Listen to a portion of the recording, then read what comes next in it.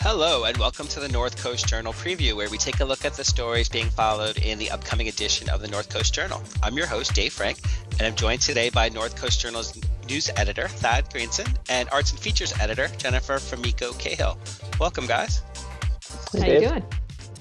Oh, doing well, thanks. Let's dive right in and talk about what's inside this week's North Coast Journal. I know there's Thad, there's some updates in there about having patience with the pandemic, and you highlight a whole bunch of stuff. So there's a lot to cover this week. Can you give us like a little brief overview of where all this great information came from? Yeah, so there. I think we all felt a little bit blitzed with information this week on the COVID front, both locally and nationally. And so I just tried to kind of distill it all down into one medium-sized read, where people could kind of get a quick take on where where new guidelines from the state stand, where our local case rates stand, and then the latest on vaccine information. So I just tried to kind of condense that all into one place. Some of it's from state announcements and even the Biden administration announcements, and then some is from our local health officer Ian Hoffman's comments to the Board of Supervisors on Tuesday. So it's an all of the above kind of update from you this week. So thank you for doing the heavy lifting for us all. In short, I guess, there's substantial improvement from an epidemiological perspective. Can you tell us a little bit about some of that data side of how things are here in Humboldt County as of now? Yeah, so there was some speculation, I think, last week that Humboldt might land back in the state's purple COVID risk tier, and that did not happen. We're still in the red. And essentially, I mean, the very short answer is all of our numbers have been improving really markedly from where they were 6 weeks ago. And so, we've gone from having about 26 or so new cases confirmed per 100,000 residents per day, which is one of the state's kind of chief metrics that it looks at. So we've gone from that 26 all the way down to 6 to 8, somewhere in that territory over the last couple of weeks, which is a really marked improvement. And then at the same time, our test positivity rate, which was up around 10% in January, has fallen. And I think through the first few weeks the first week and a half of March, it's about 4.5% or something like that. So it's really substantially lower. Right on. And so we did get some feedback about our tier level. Potentially, I guess there's going to be a change with the improvements that we're seeing, that they're actually going to modify slightly over time. I think maybe we'll circle back to that in a bit. But do you want to say a little bit more about how our metrics are at one level, our standard for purple, but then that's going to, as our situation improves, it might be a little bit easier for us to stay in the less restrictive tiers? Yeah, so this is, to me, a little bit of a I guess, confusing approach by the state. It's hard for me to make 100% sense of it. But what they've announced essentially is that part of their new vaccine push is really going to be to vaccinate residents in lower socioeconomic zip codes. And so they have this Healthy Places Index the state has, which measures kind of the health of a zip code based on a number of factors. Everything from per capita income to access to education and access to healthcare and health outcomes. And so the state is trying to focus on the lowest quartiles, the lowest 25% of those zip codes. There's 13 of them here in Humboldt County. And the state has basically announced that it's going to allocate 40% of its vaccines to those zip codes and to vaccinating folks in those. And it is said that once it reaches the benchmark of 2 million vaccinations statewide within those zip codes, then it will change its blueprint for a safe economy. The purple, red, orange, yellow tiers, making them a little bit less restrictive, or making it a little bit easier to fall into less restrictive categories. And so, currently I think it's anything over 7 cases per 100,000 falls into that purple tier, and this would push that threshold up to 10.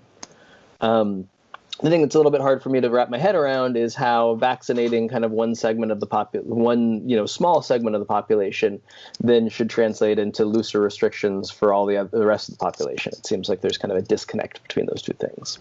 Yeah, and so there's a lot of moving parts, and I guess I wanted to highlight that to say we're getting a lot of information about how things are progressing. But the highlight, and maybe what we should have led with, is vaccines. There's a lot more vaccines being produced and being rolled out. Where there's progress in reaching the population of people that are eligible. Can you tell us a little bit about these developments? Yeah, so currently Humboldt County is vaccinating residents over the age of 65, teachers, healthcare workers, first responders, and then food and agricultural workers. And beginning next week, I think on March 15th, the state will make folks with comorbidities or underlying health conditions also eligible. The thing that I think Health Officer Hoffman really stressed on Tuesday to the board is that it's not like Humboldt County has vaccines sitting around. When they show up here, they're getting injected in people's arms within a week. The issue really of why the vaccination rollout feels slow is because the supply side. And, Humboldt County, like the rest of the state of California, just isn't getting enough supply of vaccine to vaccinate all those who are eligible. So even before we enter into that next tier where folks with underlying health issues become eligible next week, we've only vaccinated at this point about 25% locally of the people who are currently eligible. And so, this week, I think it was announced that we had 5,000 new doses of vaccine coming in, 200 doses of the Johnson & Johnson single-dose vaccine, which is very exciting that it's here, and then, about 4,800 of the Pfizer and Moderna two-dose vaccines. So that 5,000 number is a market improvement. I think it's a 20% increase over our previous weekly high of vaccine allocations locally, but it's still a far cry from what we're going to need to really start mass vaccination events. Yeah, I was just going to ask. So let's answer that question that some people have been asking about what does it mean? This new CDC guidance that was issued about what it means once we are in that population, once an individual does become vaccinated, how would that impact their expectations for behavior changes? Yeah, and that's actually very exciting news from the CDC. So, previously the CDC and all health officials had basically said that people, even if they're vaccinated, need to act like they're not vaccinated and take every precaution that they were taking before. And the key there was it was really unclear how a vaccinated person's potential to transmit the virus to other people, to essentially act as a carrier from one source of infection to another. And on Monday, the CDC announced that basically it sees that potential as very low and minimal. And so that opens the door for not people wiling out and partying like everything's fine, but in the privacy of private homes, having a little bit more leeway. And so they're now saying two fully vaccinated people can get together in somebody's home, maskless, and not worrying about distancing requirements, and being confident that they're not going to then spread virus elsewhere. But even more importantly, it says that the new CDC guideline says a vaccinated person can visit with an unvaccinated friend in their home, and not worry about transmitting the virus to them. And so the huge thing here is, this means that a fully vaccinated grandparent can now visit their grandkids, as long as they live in the same town, and give them a hug and resume kind of those in-person relationships that we all miss so dearly. So we've talked a little bit about county level developments. We've talked a little bit about national guidance developments with respect to vaccine. There's another state level story that I think is worth telling now too, and sharing, that the fact that our state has implemented a plan for a major overhaul of vaccine distribution, going from our sort of county focused way of doing things to a statewide way of doing things. Can you tell us a little bit about this new plan? Yeah, so up to this point, it's basically been like 58 points of light that every county in California can kind of handle vaccination as they see fit. And so the state has issued tiers and guidelines, but counties have really had a lot of leeway within that, and even leeway to kind of disregard them and go their own route. And beginning now in kind of a phased-in approach, the state has said that they're basically taking away that leeway, and all counties are going to have to follow the state guidelines. And more importantly, perhaps, Blue Shield, one of the largest health insurers in the state, is going to step in and oversee vaccine allocation and distribution. And so they are going to be the ones determining how many vaccines a certain county gets, how many of those vaccine doses go directly to the Department of Public Health, how many go directly to providers, so like Open Door, St. Joseph's Hospital, and how many go to pharmacies and things like that. And so currently, the first wave of that shift is underway. It's mostly in counties in the Central Valley. The second wave will include most of the most populous counties in the state. And then Humboldt County falls in that third wave, which Dr. Hoffman said on Tuesday is expected to begin in April. And he said local Humboldt County officials have just kind of had their first conference call with Blue Shield. There's really unclear about how this new approach is going to work and what it's going to look like on the ground here in Humboldt. Well, it's exciting news, though. I mean, it's more focused at least, more coordinated. And so with that in mind, we should be seeing an increase, over the short term of the number of vaccines being distributed to our area and administered. But in addition to all that, there's another category of news and updates, which is that there's revised guidance on at the state level on sports, recreation, and live performance events. You want to tell us a little bit about that new development, what we can expect there? Yeah, so on the youth sports front, parents everywhere have been clamoring for the return of youth sports, and the holdup has been the state issuing kind of concrete guidelines, and so that happened a bit ago. And the state has said all youth sports and all recreational sports in general are cleared to return with certain safety protocols in place, including increased testing. So like youth athletic teams will have to test regularly and stuff like that. But the one kind of, I guess, question mark that was outstanding was whether, fans could be in the seats for those youth sporting events, whether, all of Ferndale could turn out for the Ferndale Wildcats game. And the state issued guidance saying that basically age-appropriate supervision is okay. And is allowed. And there's been a lot of, I guess, back and forth between Dr. Hoffman's office, Public Health, and the state about like what exactly that means and who qualifies, And the short answer is Humboldt County officials haven't gotten a clear answer. They assume that definitely means parents can come watch their kids play. And there's some question about who else is welcome in the stands. Dr. Hoffman implored everybody to mind physical distancing and be masked and take all those safety precautions no matter how many people turn out. But that's kind of the sticking point there. And then live performances. The state has just started to kind of open the door to live performances returning next month. Up to this point, they've been prohibited mostly. There's a little bit of a gray area there, too, that restaurants with outdoor seating have been allowed to kind of have ambient music, which you'd think of as, that piano player in the corner, that kind of thing. There's definitely some have taken that a bit far and had legitimate outdoor performances around dining here. I think the best way to probably categorize it is if it's the kind of situation where someone might yell for them to do Freebird, that is outside the realm. It's just kind of the music, background ambient music, not, Right. I think that's a valid the Freebird right rule. line. Everyone knows this. But yeah, I think local venues have kind of settled on if they're selling tickets or charging a cover, that's out of bounds right now. But if it's just kind of come have dinner and there might be some live music, then that's okay. And then, starting in April, that's going to change, and live performances are going to be allowed. And we're still awaiting state guidance on exactly what that's going to look like. There's going to be capacity restrictions and all kinds of guidelines that will fall into place based on what tier a county falls in. But it's for those who have long been, clamoring for the chance to go see their favorite band. They'll probably have that chance soon. Well, right on. Lots of news and updates. Thank you, Thad, for keeping your finger on the pulse on these things.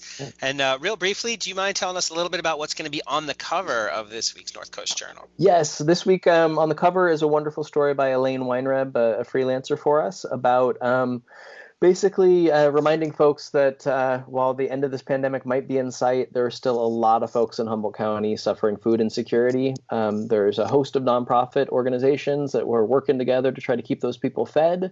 And Elaine's story has all the details on that and the details on how people can help those organizations if they're lucky enough to be in a place to do so. So I'd encourage everybody to check that out. Yeah, worthy cause. Definitely check it out. Awesome. Thank you very much. Appreciate it. How about you, Jennifer? What's the news from the Arts and Features beat this week? Well, the news is from Hoopa, and it's not the news you think it's going to be. I did not have on my 2021 bingo card write a story about Southeast Asian food in Hoopa, but here we are. Previously, from what I hear, remember Hoopa just got their supermarket in, I want to say 2019. They went a long time with a real difficulty getting food. You had to travel a long way. It was a huge hassle, and it was a real hardship for the people who live there. But now they've got the supermarket. They also have like the one restaurant is the Burger Barn, which I just want to say, everybody that I talked to was like, well, there's just the Burger Barn, but it's amazing. They all love the Burger Barn. But now Young's Kitchen has opened up in the Trading Post. And if you don't know what the Trading Post is, it's this large kind of building and outbuildings that was constructed in order to boost native businesses. So they do everything there. It would be called generally business incubation, but I talked to Danny Jordan, the guy who's kind of it's his brainchild, this building, and it's set up. He described it to me as a way to boost native economies and a way to get those native entrepreneurs, of which there are many apparently, get them started and keep them going. And so one of the things that they have in there is a commercial kitchen. And we've talked before about the difficulty of finding a commercial kitchen. You can't find one in Eureka Arcata for love or money, but there's one in the Trading Post, and it's new and beautiful. The only thing it doesn't have is natural gas lines, because Hoopa doesn't have that. So you got to bring your own propane. But you can use it if you apply, you get on the list and everything, rent-free. Nice. Imagine that. No overhead. You also don't need to get all kinds of kitchen inspections and stuff. Because it is native land, because it's sovereign Hoopa Valley tribe land, you follow their rules. So Young's Kitchen has a setup where they are making Southeast Asian food and Chinese food in this kitchen without rent. They just bring in their own propane, and they cook on like these 2 ovens, 2 stoves, and crank everything out and deliver it curbside to people who pull up. And some of them come as far as, Orleans, Willow Creek, etc., but largely just sort of the Hoopa Valley community, all kind of come on the Thursday through Sunday, all over the weekends, and they back it up to the road with cars lined up waiting to pick up food. And it's looking pretty great. They've got, everything that you would imagine, like your beef and broccoli, your egg rolls, but also things like kalpoon, the lao dishes. So Nathan Petsupan, who is the husband in the husband-wife duo running Young's Kitchen, along with his father, Son Petsupan, he grew up in kitchens. His family worked in restaurants. His dad, Son, worked in Lou's back when it was in the old Lou's location where Potin Long is now. And, he grew up in those restaurant kitchens watching his family cook. And he told me about how in their non-restaurant time, his mom would cook these big batches of like pho or other, maybe kalpoon or other soups, basically like big pots of things, and invite all the neighborhood kids over to eat. And so he described it as like, there would be, his family, and then there would be like Black kids, Latinx kids, Native kids, all coming over and eating from this big pot. And he said that's kind of how he said everybody became his brothers and sisters in the neighborhood, is because they all ate from this communal pot.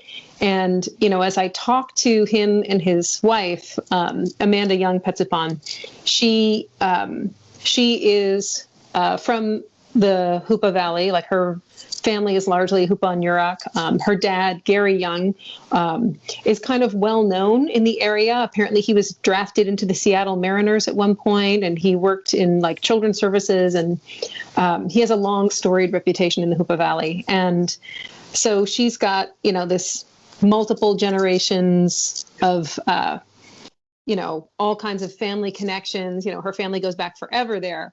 And so when they married and moved into the house that she's not sure if it was her great uncle or her grandfather's uncle, it's confusing, but somebody in her family built this house and they live there now with their, 3 kids and with Nathan's dad, son, and they all work together now. Like the kids are helping, the dad's in the kitchen with Nathan and Amanda, and they're all cooking these meals. And they could not have, they said, started this business without the trading post's infrastructure, without a location they could just like turnkey move in and start working, without the overhead, without the taxes and the fees and whatnot that come with starting a restaurant. And also, it's a way for them to keep the food cheap. And that's part of what Danny Jordan told me about the kind of the economic structure of the trading post, which is it's not there to collect taxes in order to pay into a government structure. It's there to help people with whatever they need. So if they have supplies that people need for their business, they give it to them. They've got some 20 vendors that they built plexiglass shields for at all of their vendor booths. They're just trying to make it so people can start a business, can run a business, et cetera, and kind of give them everything they need. And he said something kind of wonderful to me about the difference between a provider economy and a capitalist economy. And the capitalist economy being, of course, driven by money and driven by profit and trying to make more. And the provider economy not being anti-profit. You want to make money, you want to survive, but also putting a lot of emphasis on how is what I'm doing? How is my business helping the community? What am I adding to the community by doing this work? And when you start to look at it that way, suddenly, okay, so they have lower overhead. Could that mean that they just get crazy amounts of profit? It could. But instead, they try and keep the prices low so that everybody can get kind of a huge meal for like $10 or less. That's like the most expensive item on their menu is like $10. Oh, wow. And, sometimes community members will bring them produce to add to their ingredients. Sometimes they shut down and they have leftover food that they bring to elders for free. They're trying really hard to give back and to, maintain a community connection. And it's what Jordan described to me as being, a system that fits Indian life. And it's very cool. And I'm actually very jealous because I haven't gotten up to Hoopa. Hoopa has been closed off to outsiders because of COVID-19. So it's, so the extra food, the extra variety of restaurant food has been particularly welcome in this setup. But, I can't have it. I can only see pictures. And he sent me all these pictures and I'm dying. So we really need to get, we need to get through this pandemic so that I can drive up to Hoopa and get some Kowloon. So let's all pull together for me, please. Yeah, we need to stay safe, stay healthy, get vaccinated, and then go enjoy great food up there. Indeed. So this was actually really interesting to hear that they have that, basically traditional barter arrangements that they'll have with other trading post members too. I thought that was a really neat element of what's going on there at the Hoopa Trading Post. They do barter sometimes, but I would bring cash. Yeah, right on. Well, excellent. Thank you so much, Jennifer. This was really cool. I'm looking forward to the time when, after pandemic, when we can check out all the great things that you share with us. Thanks again, Thad, also for, again, COVID updates like these. This week was a good news week, so this was great. That's just about going to do it for us this week. North Coast Journal's on newsstands now. Pick one up, stay informed, stay safe. They're also available online, so check them out online anytime. Thad, Jennifer, thanks again, and we'll see you again next week. See you next week.